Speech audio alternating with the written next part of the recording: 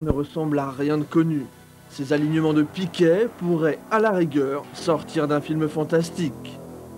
C'est seulement à la nuit tombée que l'explication apparaît. Chaque poteau délimite une place de parking dans le dernier drive-in ciné encore en exploitation. Ce cinéma existe depuis 27 ans à Bages, près de Perpignan. Il ouvre sans relâche tous les soirs de la semaine, été comme hiver. Par temps glacial, un petit chauffage est accroché sur chacun des piquets.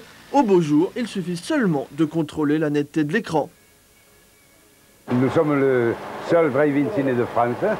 C'est dommage d'ailleurs, il faudrait qu'il y en ait davantage. Ça prouverait que ça marche bien. Mais c'est un cinéma quand même liberté, où on peut venir en famille, avec ses enfants ou avec des amis. Et puis, on ne gêne pas, on est dans son véhicule et on peut fumer, on peut parler fort. On ne gêne pas le véhicule qui est à côté. Et puis, je pense que c'est vraiment un cinéma liberté. Pas de grands haut-parleurs sur le terrain, les spectateurs suivent les dialogues du film directement sur leur autoradio, fréquence 105.5.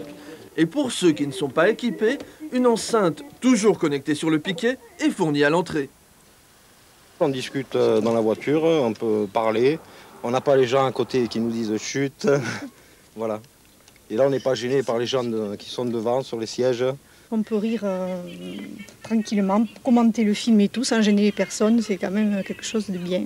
Bon, c'est la première fois que je viens, je m'amuse beaucoup.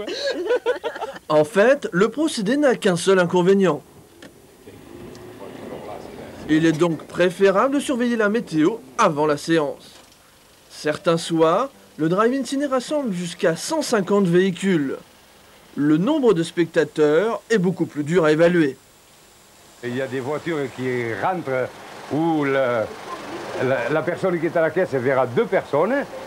Et finalement, quand elle sera sur le terrain, la malle de l'arrière du véhicule va s'ouvrir et il y a un resquilleur qui va sortir de la malle et se joindre aux autres occupants du véhicule pour regarder le film. Mais ça, bon, quand c'est fait discrètement, ça va, mais bon, c'est souvent fait discrètement quand même.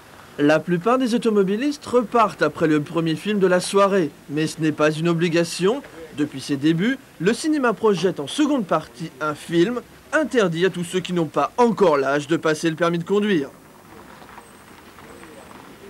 Voir des films X peut-être, hein, c'est ça Emmanuel. Alors il faut simplement payer d'abord le prix de l'entrée pour la voiture et chaque passager paye ensuite son tarif d'entrée pour assister au film. Là, en l'occurrence c'était Gazon Maudit. Voilà pour la rubrique.